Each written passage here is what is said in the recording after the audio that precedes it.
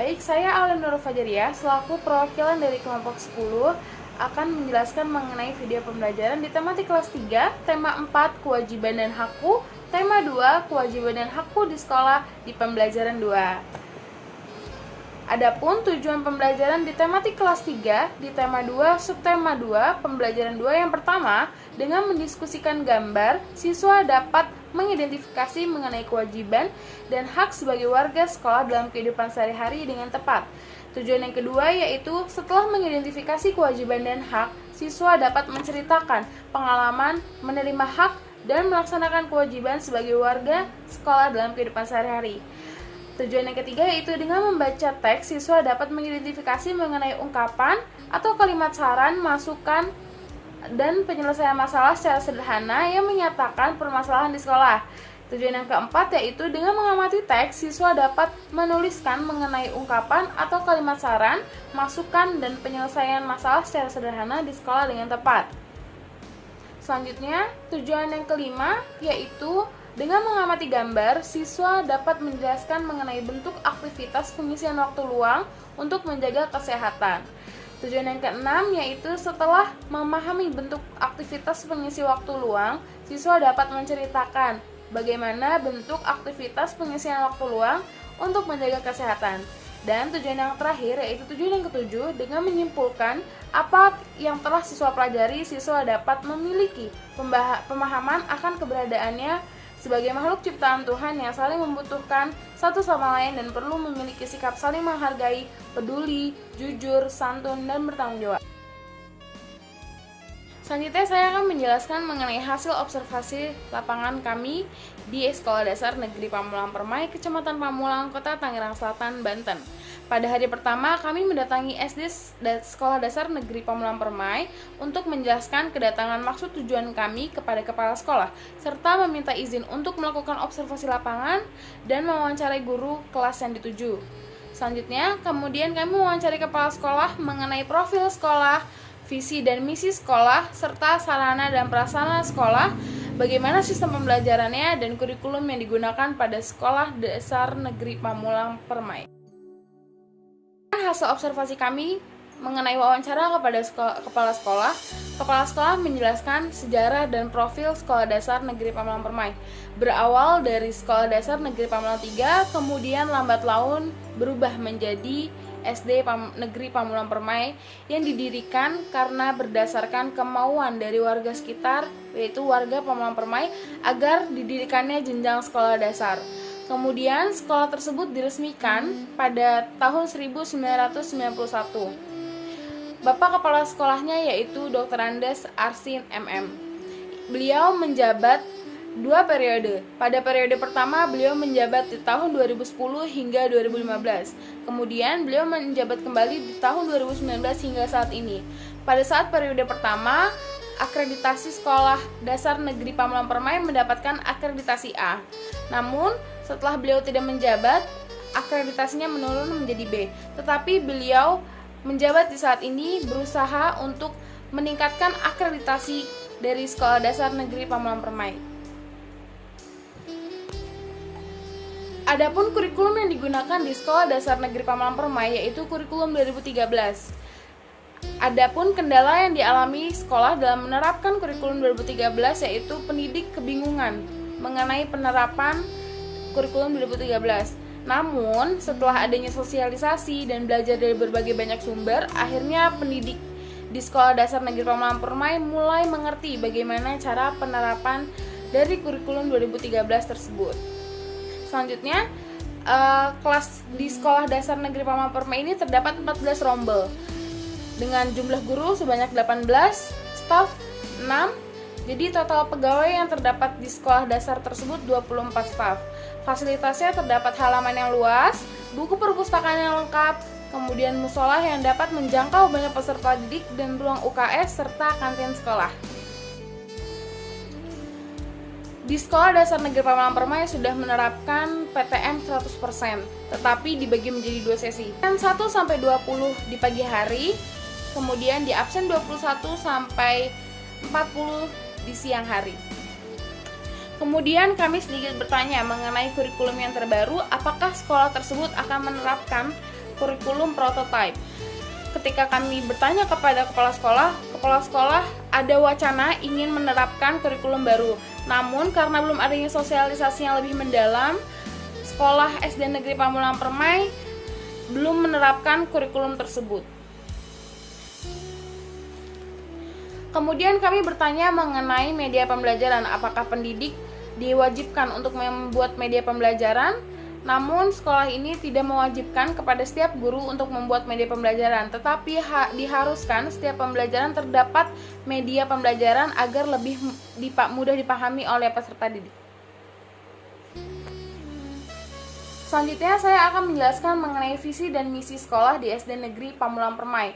Adapun visi sekolahnya yaitu terwujudnya sekolah yang unggul dalam IMTAK maupun IMTEK, berprestasi dalam bidang akademik dan non-akademik, disiplin tinggi, dan tanggap terhadap lingkungan.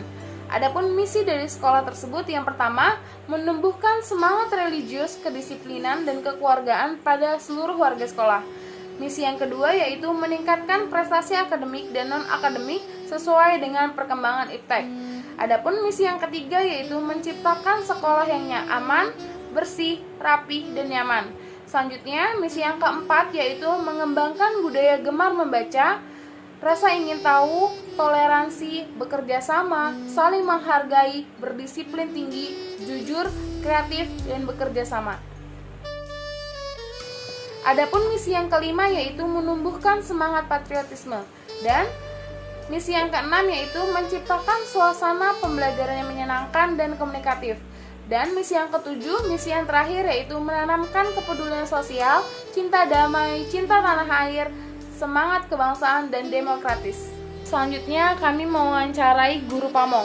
Kami mendapatkan guru pamong di kelas 3 yaitu Ibu Neneng Ernawati SPD. Kami melakukan seksi wawancara mengenai beberapa hal. Di antaranya yang pertama mengenai profil guru, media pembelajaran, model pembelajaran serta strategi pembelajaran yang digunakan, proses pembelajaran daring dan luring, mengenai kendala yang dialami ketika proses pembelajaran berlangsung maupun daring, kemudian pendapat guru mengenai pendidik, kemudian mengenai pendapat pendidik mengenai kurikulum yang diterapkan sekolah, dan solusi dari kendala proses kegiatan pembelajaran berlangsung. Adapun hasil wawancara kami dengan guru pamong kami yaitu Ibu Neneng Ernawati SPD. Beliau bernama Ibu Neneng Ernawati SPD, mengajar sejak tahun 2008 di SD Negeri Pamulang Permai. Pertama kali beliau mengajar di kelas 1 selama 5-7 tahun, kemudian di kelas 2, dan selebihnya mengajar di kelas 3 hingga saat ini.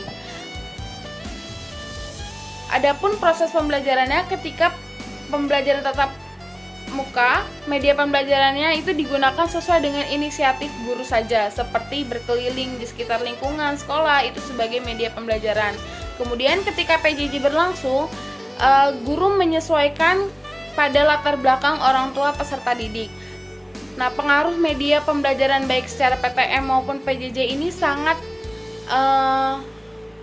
berpengaruh, apalagi ketika PJJ menggunakan voice note. Anak-anak lebih mudah memahami materinya, yaitu seperti audio visual. Kemudian kami bertanya mengenai meningkatkan hasil belajar siswa. Pendidik menjawab dengan menggunakan model, strategi, metode, dan pendekatan yang tepat agar siswa mudah memahami materi dan mendapatkan hasil belajar yang lebih memuaskan. Selanjutnya, setelah kami mewawancari guru, kami juga mewawancari beberapa siswa di sekolah dasar. Kami mewawancarai mengenai beberapa hal, belajar yang menyenangkan itu seperti apa, kemudian ekskul yang ia ikuti di sekolah itu apa, dan mengenai sekolah online dan offline. Berdasarkan hasil wawancara kami dengan beberapa siswa, kebanyakan siswa lebih menyukai pembelajaran yang terdapat media gambar, kemudian berhitung, dan pembelajaran yang dilakukan outdoor. Kemudian di pertanyaan yang kedua mengenai ekskul, rata-rata di sekolah dasar negeri Pamulang Permai ini siswa mengikuti ekskul pramuka yang dilakukan setiap hari Sabtu wajib kepada seluruh siswa SD negeri Pamulang Permai. Dan wawancara yang ketiga yaitu mengenai pembelajaran offline dan online. Rata-rata di sekolah SD Negeri Pamulang Permai siswa lebih menyukai pembelajaran tatap langsung karena Mereka bisa berjumpa langsung dengan pendidiknya dan banyak teman.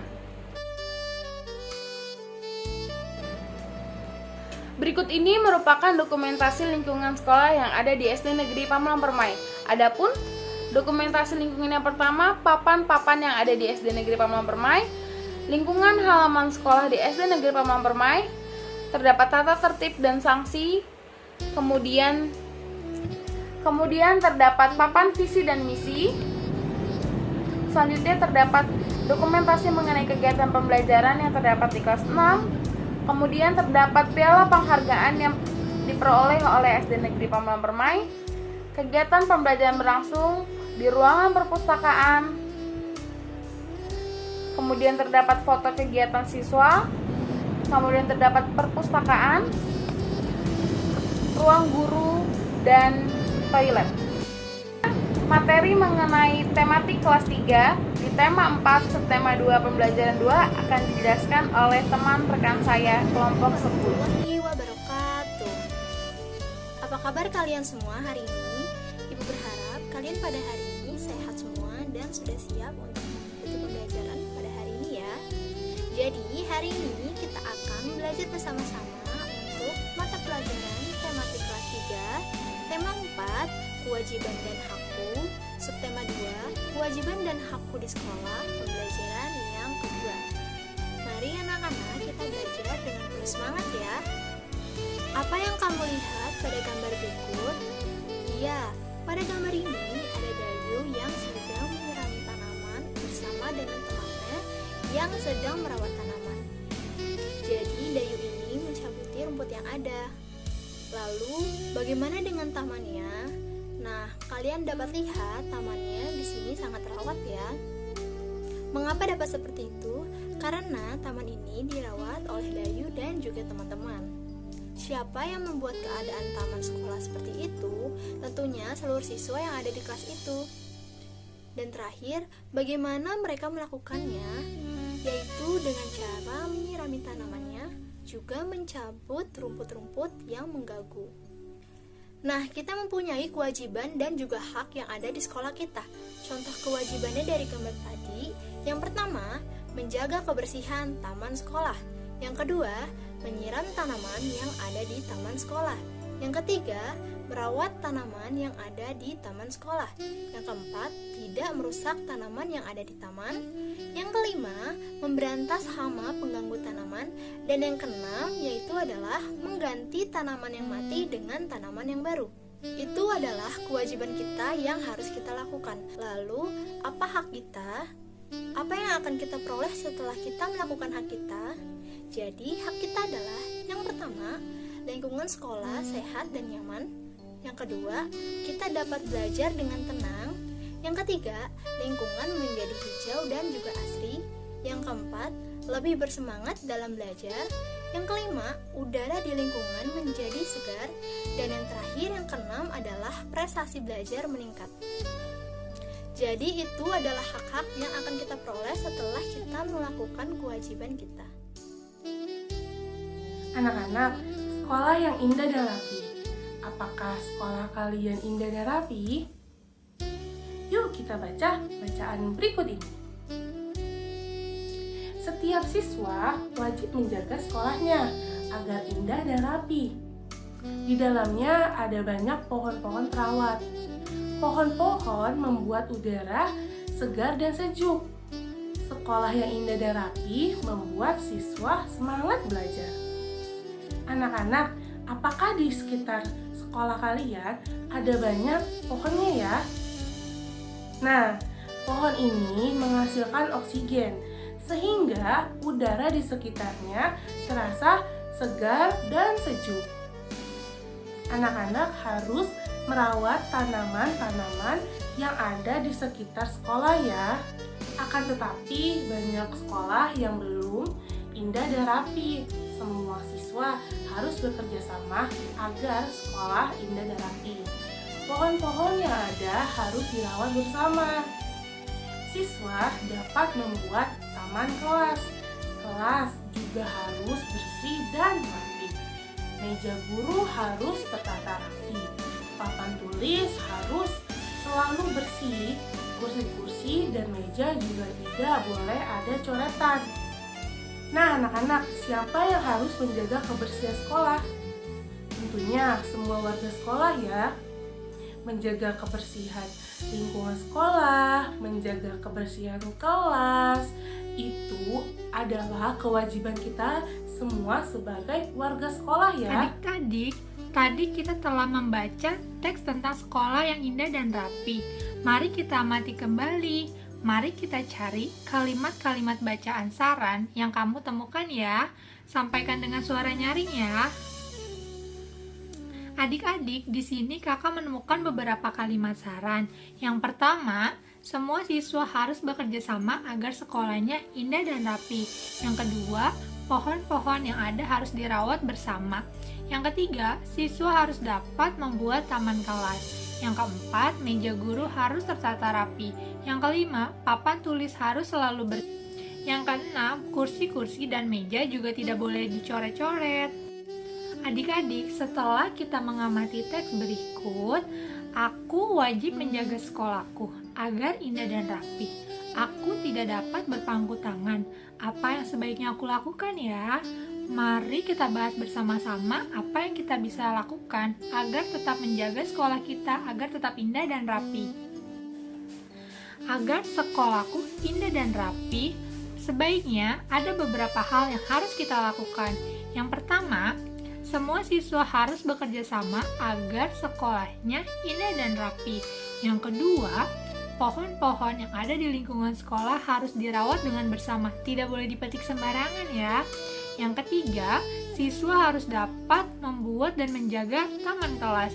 Yang keempat, di dalam kelas, meja guru harus tertata rapi. Papan tulis harus selalu bersih, dan kursi-kursi dan meja juga tidak boleh ada coretan ya. Yang kelima, selalu membuang sampah pada tempat sampah yang telah disediakan. Yang keenam, melakukan kegiatan Jumat bersih secara rutin. Jangan malas ya adik-adik. Yang ketujuh, melakukan piket kelas secara rutin. Piket kelas bisa dilakukan sebelum pembelajaran atau setelah pembelajaran. Yang kedelapan, membersihkan saluran air yang ada di lingkungan sekolah. Yang kesembilan, mengadakan kerja bakti membersihkan lingkungan sekolah. Yang ke-10, mengadakan gerakan cinta kebersihan dan kesehatan lingkungan sekolah. Menjaga keindahan dan kerapian sekolah adalah kewajiban setiap anak. Begitu juga dengan guru, Bapak Ibu karyawan, Bapak Ibu kepala sekolah itu juga harus menjaga keindahan dan kerapian. Nah, sekarang hak apa yang kamu dapatkan dari kewajiban itu adik-adik? Nah, adik-adik, kalau kita menjaga lingkungan kita akan memperoleh hak. Nah, di sini sudah disebutkan tentang kewajiban kita dari merawat lingkungan sekolah. Contohnya, pohon-pohon yang ada di lingkungan sekolah harus dirawat bersama, selalu membuang sampah pada tempat yang telah disediakan, melakukan kegiatan Jumat bersih secara rutin, melakukan piket kelas secara rutin, membersihkan saluran air yang ada di lingkungan sekolah, mengadakan kerja bakti, membersihkan lingkungan sekolah. Selanjutnya ada contoh dari hak. Yang pertama, lingkungan sekolah hijau, sehat dan nyaman. Lingkungan sekolah bersih dari sampah, lingkungan menjadi hijau dan asri. Lebih bersemangat dalam belajar, terhindar dari penyakit berbahaya, dan lingkungan sekolah bersih dan semangat belajar meningkat. Kapan kamu melakukan kegiatan tersebut? Apakah kegiatan itu membuatmu sehat? Tentu saja membuat kita sehat ya, kalau kita menjaga lingkungan sekitar kita. Nah, di sini ada contoh dari salah satu siswa bersama teman-temannya yang sedang melakukan kebersihan atau menjaga kebersihan di lingkungan dan menjaga kesehatannya. Kalian bisa lihat beberapa contoh. Yang pertama ada bercocok tanam dan juga ada yang membersihkan kelas secara bersama-sama. Kemudian, kalian dapat melakukan satu kegiatan yang dapat membuat kalian hidup bersih dan sehat di lingkungan. Adik-adik, ada banyak kegiatan di waktu luang saat di rumah yang akan dibahas pada materi kelas 3 SD tema 4 subtema 2. Saat kalian libur sekolah, pastikan untuk melakukan kegiatan yang bermanfaat dan menyehatkan ya. Berikut akan diberikan contoh beberapa kegiatan bermanfaat yang bisa dilakukan untuk mengisi waktu luang. Nah, ada seperti kegiatan membantu orang tua, yaitu selama berada di rumah, teman-teman bisa mengisi waktu luang dengan membantu orang tua. Kalian bisa ikut ibu dan membantu mencuci piring. Yang kedua ada berkebun. Berkebun itu juga bisa menjadi salah satu pilihan untuk mengisi waktu luang di rumah. Kalian bisa menanam beragam jenis tanaman dari bunga hingga buah atau sayur. Yang ketiga, berolahraga. Kegiatan lain yang bisa dilakukan adalah berolahraga. Untuk kegiatan saat ini, kalian sebisa mungkin melakukannya lebih sering ya. Dan tidak hanya saat libur sekolah saja, olahraga adalah kegiatan yang akan membuat kalian menjadi lebih sehat. Kalian bisa bersepeda atau melakukan lari pagi. Yang selanjutnya, kalian pasti pernah melakukan kegiatan saat waktu luang kan? Misalnya saat sekolah libur. Nah, saat sekolah libur itu kalian bisa melakukan berbagai kegiatan loh adik-adik yang menjadikan kalian hidup lebih sehat dan bersih. Nah, di sini contohnya ada yang bercocok tanam, menyapu rumah, mencuci piring, bersepeda. Yang selanjutnya, ceritakan kegiatan di waktu luang yang biasa kamu lakukan. Pastikan kegiatan itu dapat membuatmu sehat. Contohnya ada berenang, membantu ibukan rumah, bermain sepeda, dan menyiram tanaman. Itu juga kegiatan yang membuat kalian sehat.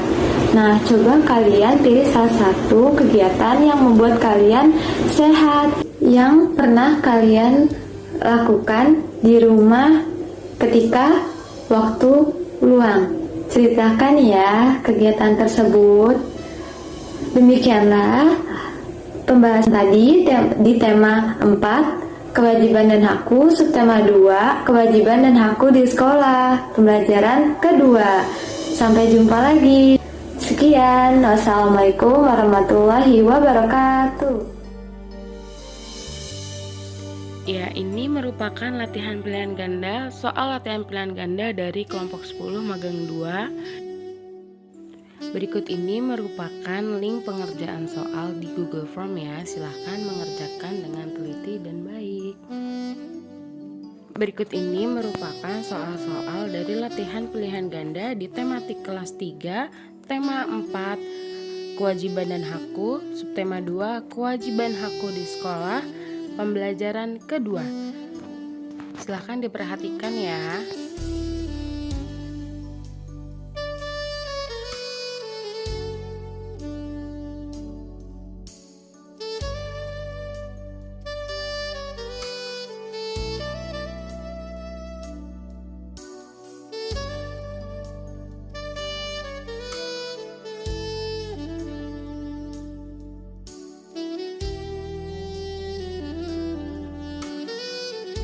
Saya selaku perwakilan dari kelompok 10 ingin mengucapkan banyak terima kasih kepada yang pertama, dosen pengampu kami yaitu Bapak Gunawan Santoso SPD MPD.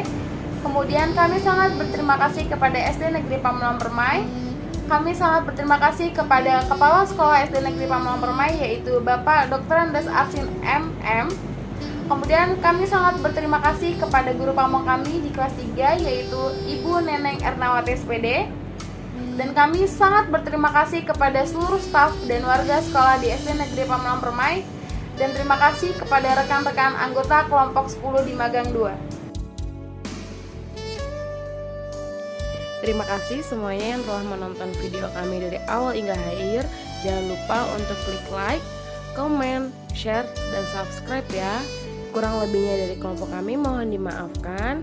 Wassalamualaikum warahmatullahi wabarakatuh. Sampai ketemu video selanjutnya.